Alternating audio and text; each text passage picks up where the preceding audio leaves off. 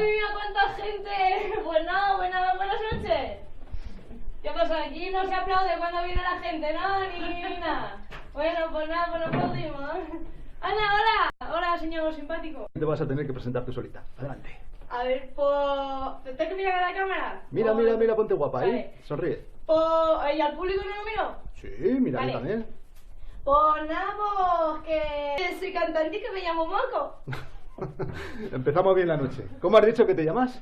Moco. Es mi nombre artístico. Es que a mí me gusta mucho esta... ¿Cómo se llama esta chica que sale en la televisión? Rocco, se llama, ¿no? Pero, como yo me llamo María Orosia Caranca Orozco, Ajá. pues ahí está. De ahí viene el nombre. Mira. Las iniciales. ¿Qué nos vas a cantar? Pues voy a cantar una temilla a capela que he escrito yo, que se llama Pasnucate y Matate. Hombre, qué título tan bonito, ¿verdad? Muy bien, pues cuando quieras, venga, adelante. Sedúcenos. ¡Qué nervio! A ver.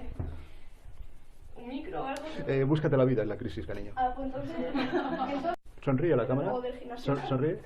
Muy bien. ¿A la cámara o mira al público? Mira donde quieras, guapa, pero empieza ya. ¿Vale? Yo solo quiero saber por qué me dejaste tirar, pasnucate y matate.